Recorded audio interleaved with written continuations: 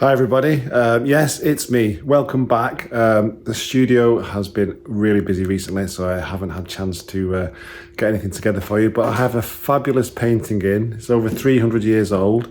It's hopefully by a famous artist. It's a wonderful portrait.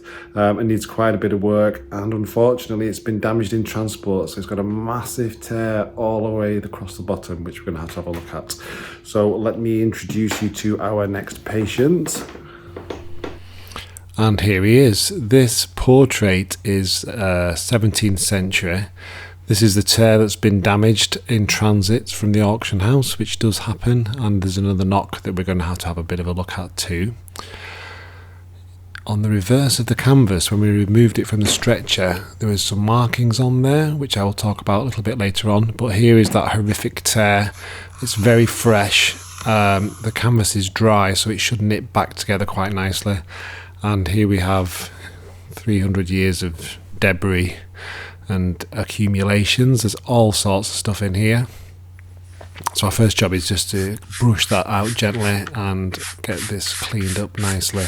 What we're going to do with this canvas is send it away to have the back scanned, because there is an inscription on there, and we just want to see if we can clarify that a little bit further using Photoshop or something similar.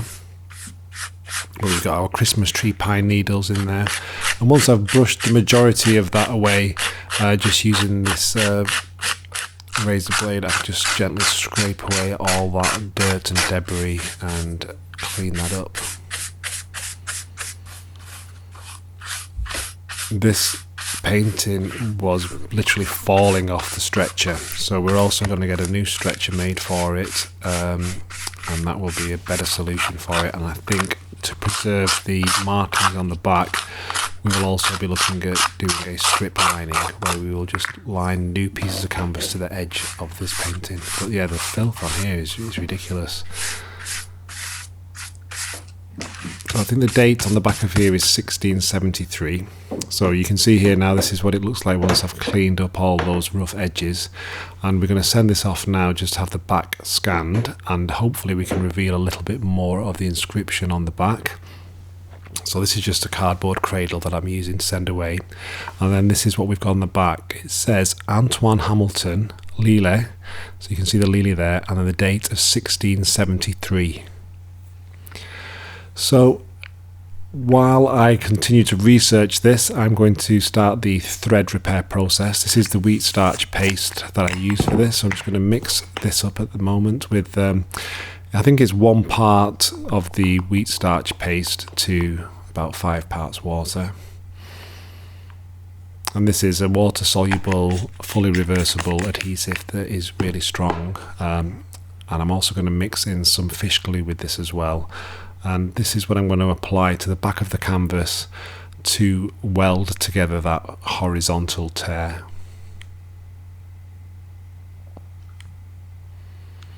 So I'm just going to use this distilled water, mix that together.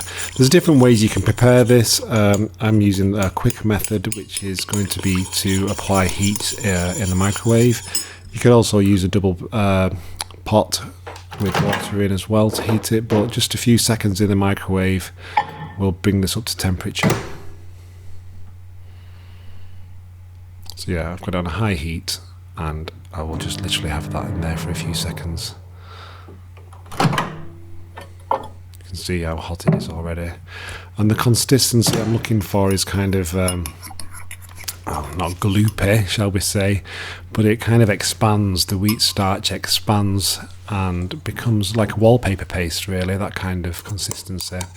And once I'm happy with that, I've got the right texture to it, I'm going to mix in some fish glue with it as well, and this is going to be like a 50-50 mixture, and then this will be a really nice strong bond for that repair. As you can see, it is quite sticky at this stage. And then this is the fish glue, or isinglass, from the fish bladders. So again, this is a water soluble adhesive, it's fully reversible. I'm just looking to get about a 50-50 mixture, or equal parts, to make this adhesive.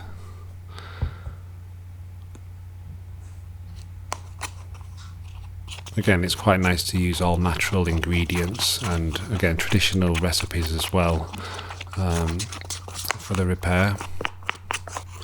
So once I'm happy with that, again you can see the consistency I'm going for. It's quite sticky. We'll probably have about 30 minutes working time with this once it's prepared. So I'll show you what I do next. So these are two weights that are weighting down the canvas and will help keep that tear together. Because it's such a clean tear, there's not too many frayed or long threads present. So I've knitted that together as best I can. And then again, I'm using my dental tools.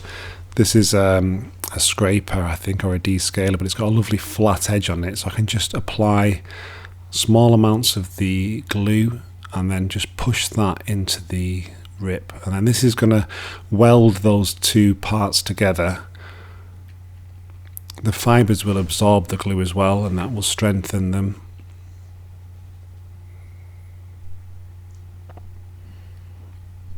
So you can see I'm just adding small little bits of the adhesive and then using the tool just to push them together and push them flat. But you can see all along that tear it is quite a clean break, and I think with the canvas being so old and it was in such a dry condition, you can see how dry it was from the debris at the back, and you can get a feel for how dry the canvas is. It was almost like a paper tear. It was that clean. So sometimes when the adhesive is on, things become a little bit flexible, so I'm just using another tool to keep that area pressed down flat while I apply the adhesive. And it just allows a bit of pressure to be applied to the back of the canvas so I can work that adhesive into the tear.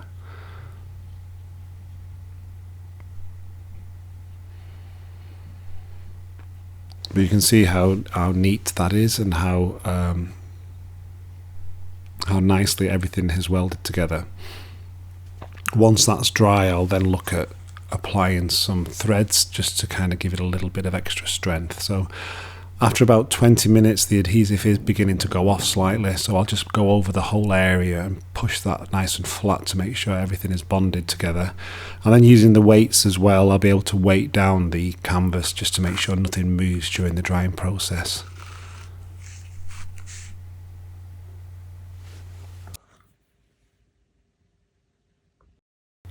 So from the front of the painting now you can see that repair has come together nicely, but I want to also reinforce that now. So this is a 12-ounce canvas, and I'm just going to strip off individual threads now that I'll use to reinforce that repair. So I've cut my canvas strip to the correct length, or the length that I want, which is probably about 15mm, something like that. And then you can see I'm just pulling out individual threads from that canvas, and these will be used to reinforce that repair and just give it a little bit more strength when I bring it up to tension. So I'll try and prepare as many of these as I can. It is quite tedious. You do need good nails to pull them through, but you can see I'm working my way through there now, and I've got a good library of threads ready to use. So with this one, I'm just using the straight fish glue. It's not mixed with the wheat starch paste because I want it to be a little bit more fluid rather than, shall we say, the thicker, more gloopy mixture. So to do this, I'm using the tweezers and I'm just kind of soaking that thread in the fish glue. And once I've got a good amount on there, I'll be holding it in place and just bridging that tear. So I do try to get it nice and even across there. And for spacing, again, probably a couple of millimeters between each one of those threads, keeping them nice and horizontal. And this is just going to add a little bit of strength to that repair as well. So when I put it under tension, it doesn't just rip straight apart when it goes back on the stretcher. These threads will just reinforce that and keep it all nice and strong. So with the first section done, that's probably, I don't know, could be 40 minutes work or 30 minutes work. A bit of Melanex, which is like a non-stick barrier, and I'll weight that section Again, it'll probably about 20 minutes or so before that adhesive starts to go off, and then I'll work from the other end of the tear and start the bridging process there as well.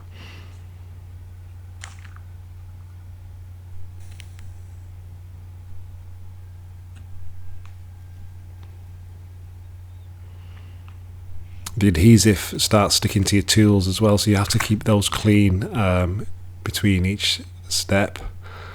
And it is a fiddly kind of job, but again, it's another satisfying one. I think it looks quite aesthetically pleasing from the back as well. It's not like a huge patch that's going to weigh through to the front of the canvas, which you could have done.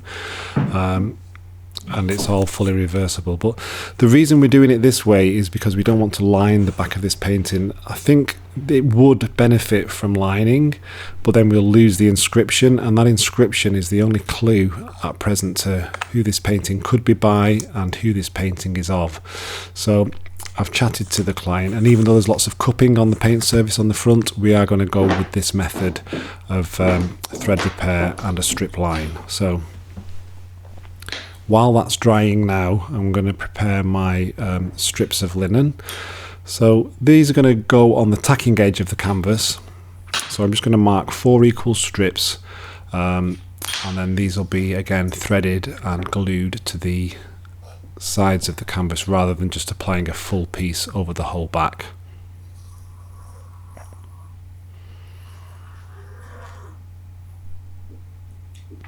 I'm using linen for this because it matches the weight of the original canvas on the painting. It's not too heavy, it's quite light, so it shouldn't imprint onto the front of the painting when we glue it on.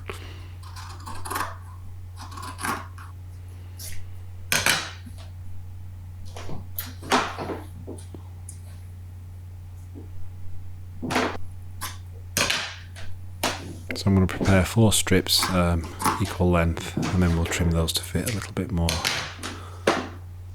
And again, to have a feathered edge, I'm just going to strip off some of those edges there, just to leave a nice soft edge that won't leave a line on the front of the painting when we glue it. So again, it gives strength to the bond, but it doesn't have a big thick edge when we hold it up to the painting. So you can see again, another bit of a time consuming process, but will make all the difference when we actually glue that to the back of the painting.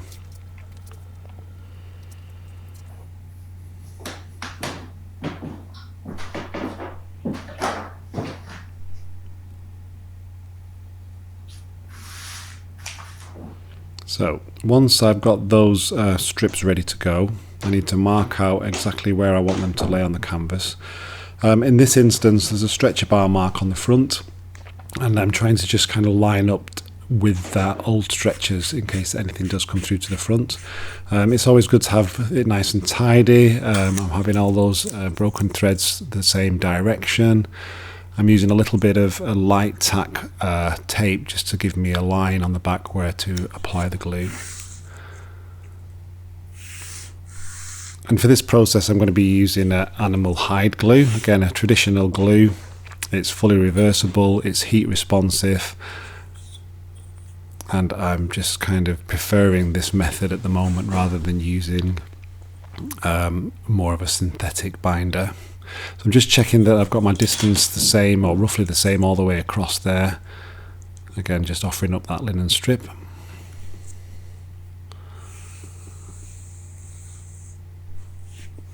And I'm just heating the glue in the background here just to get that up to the right temperature. Once it's in place, I'll be using a heated spatula again just to apply heat and pressure and make a good bond with the strip lining process on the edges. So this is my Willard controller, a very expensive but nice piece of kit that I've had for many years. It's good quality. I'm just marking out my miters here because I'm going to cut these miters once it's glued into place. So I've just again got the paint and a little bit of Melanex. This is my hide glue, and it's in a hot water basin just to keep it the correct temperature. So that's been heated for around, I don't know, 20-30 minutes just to get it nice and warm. And then I'm just going to apply that quite liberally onto the original canvas. Because the tacking edge is so thin, you can see there that it just it was just a very thin strip of canvas left on the actual bottom edge of the stretcher. I'm having quite a wide piece of linen to attach, and as I said, I'm matching the frayed edge up to where the original stretcher bars left. I could probably bring it in a little bit, say 10mm, but I do want a really good bond on this just because the canvas is quite fragile, and I want all the tension to be taken with the new linen strips rather than put in the majority of the old canvas under pressure.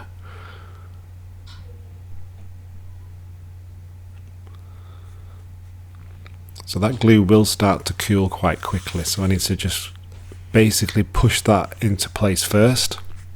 Make sure all my threads are nice and tidy.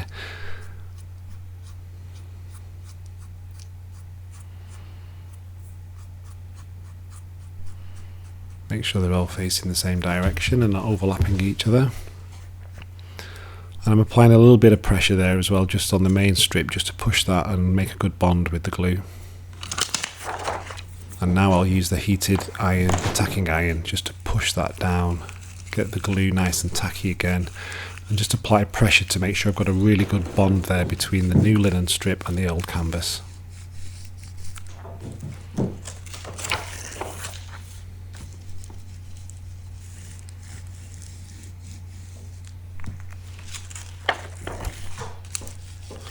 So as I'm pushing that down, I'm just making sure that I've got a good bond on there and that linen strip is nicely in place.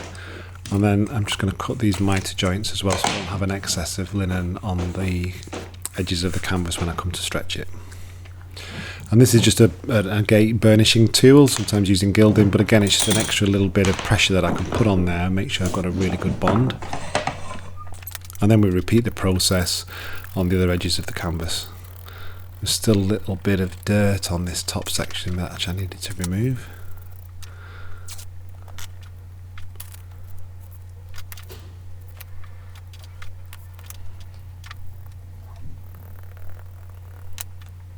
So like most things, the first time you do this, it takes a bit of time just to get everything right and everything in your head. But again, it becomes second nature after a number of times and you get more confident with the process.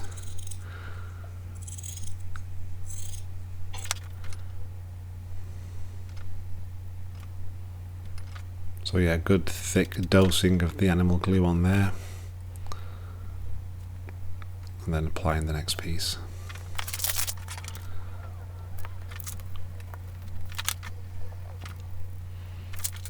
I do get quite anal about those threads being the right direction as well.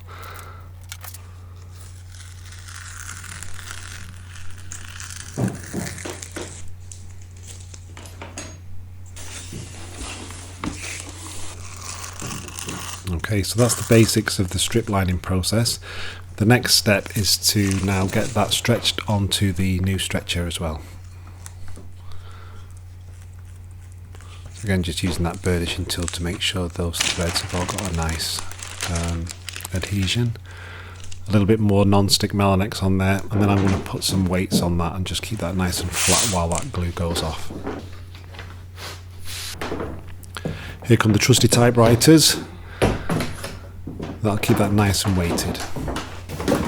Hi everybody, I'd just like to say thank you if you've made it this far through the video. Thanks to everybody who has liked the video or left a comment. I do read through them all and answer where I can.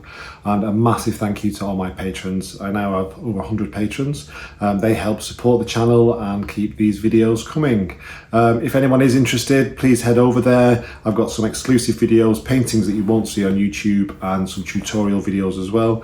And we also have the occasional giveaway as well. So if you're interested in seeing more, please head over there. And just again, thank you to all those who do support the channel already. Okay, let's get back to Antoine.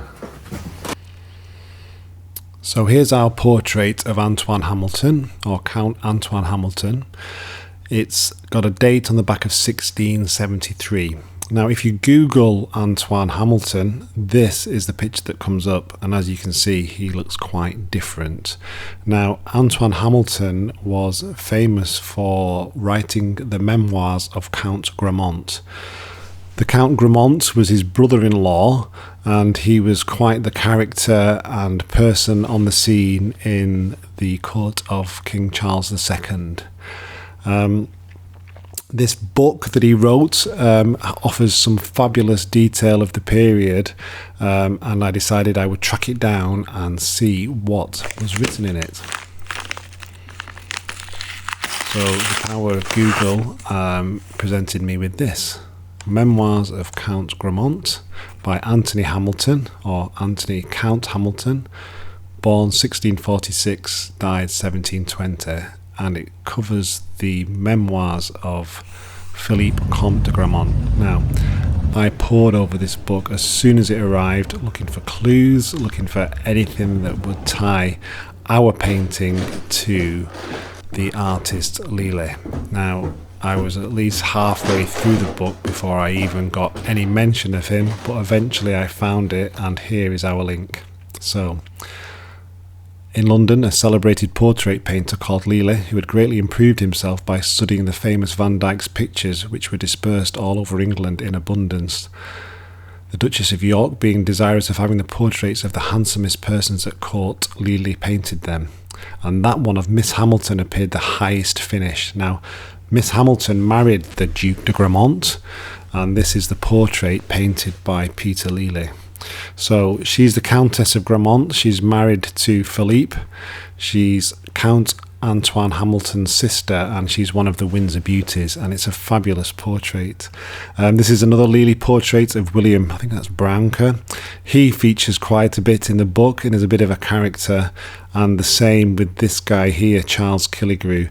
What's been so nice is that this memoir that I'm reading is of this period, and then you can Google search Lely's portraits, and these characters all pop up, and it just builds a real nice picture of that whole environment. So you can read the story, you can picture who these people are, and then some of the stories of what went on in court. Lots of dalliances with ladies in waiting and duchesses and the king's favoured maids, and all sorts of shenanigans and dressing up and playing tricks on people, and quite licentious behaviour is what seems to come forth. So here you can see now the portrait has been strip lined and has dried nicely. It's taken well to that, and the bond looks pretty good. This is the stretcher that we've had made specially for it, and we've stained that up to match just to give it a bit of age. These come through, look quite fresh, so just a bit of stain will make it a little bit more of the period. I'm just checking the diagonals there to make sure it is perfectly square. Sometimes you get it right first time, sometimes it needs a little bit of adjustment. So just checking the diagonals match will tell me that it's square. So I'm looking at this portrait now. I'm not 100% sure if it is Count Antoine Hamilton or if it's another player in that period. It is quality though. It is very, very well executed. So I am kind of thinking it could well be Lely or studio of, but I'm going to have to do a little bit more research on that to see if there's some similarities in painting technique and paint application. So I'm just making sure now that the painting is nice and square on the stretcher, and I'll begin the process of just stretching this up and bring it under tension. Now, I'm going to go carefully with this. I've got to make sure that my strips have bonded enough, because if it's not quite dry and you start pulling it under tension, you'll just pull them strips straight off the back of the painting. So it'll be a bit of a gentle process. I won't be pulling it too hard with any canvas pliers. I'll just be putting it under finger tension and just work my way around the whole painting. And then I'll be using the stretcher keys to actually put him back under full tension.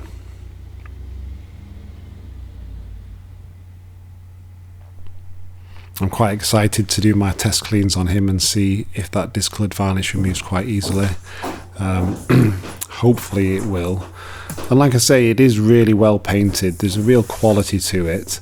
It's just a shame. I think he's had quite a hard life. I think he has been, hung over a fire and then neglected somewhat. There is patches on there, and there is going to be retouching work that needs addressing. Another way of tidying the edges up, you can fold and tack. You can just tack them down.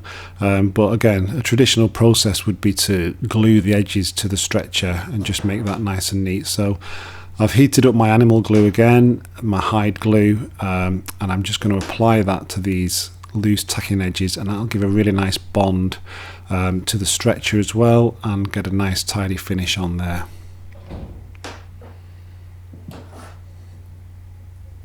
As I say, the more I research about animal glues and their use in the arts and crafts over the last few hundred years, I really like the properties. So if you're unhappy with this process, you can reheat the glue and remove it from the stretcher. You can remove all residue, whereas some glues, these modern adhesives, you wouldn't have that flexibility. So the animal glues used here are used in lots of restoration of furniture, restoration of instruments, and as well as paintings as well. So once I've got a good coverage on there, I'm just going to fold that over and push it forward a bit to stretch it a little bit as it expands.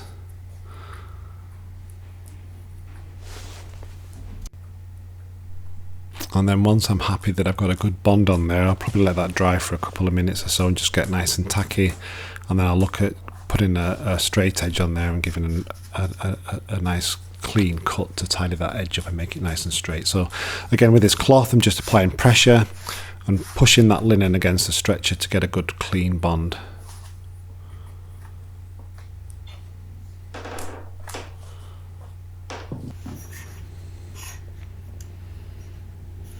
And once that's dry, I can just use this safety blade, make a nice cut through there, tidy those edges up.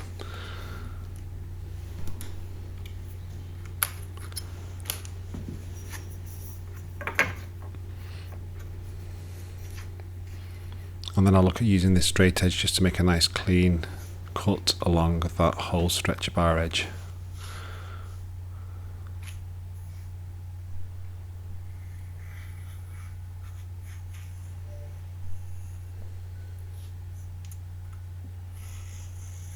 As mentioned, there are lots of different ways of tidying up the tacking edge. You could apply some tacks to it as well, but with this technique I am following a traditional method, and that method would be to glue the edges down. So you can see there, once that's been cut, you've got a nice tidy edge on the back.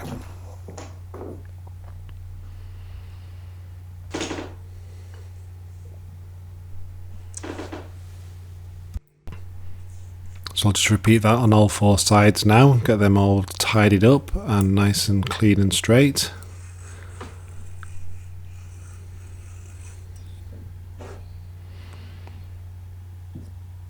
And then we're ready to bring him under tension. So I've already placed the keys in. I'm just going to give them a gentle tap now, and this will force the stretcher out and bring the whole canvas under tension. But what I'm really cautious of is that repair.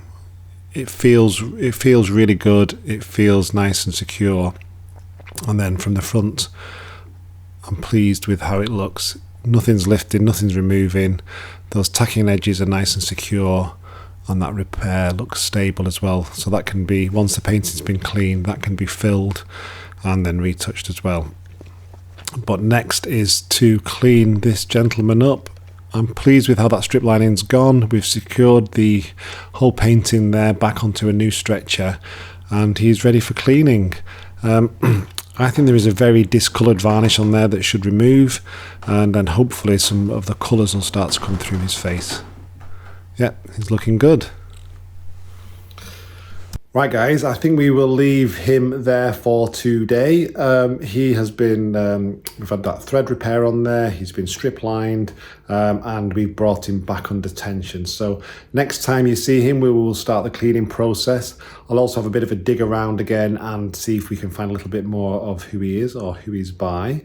It's not a bad day out there today.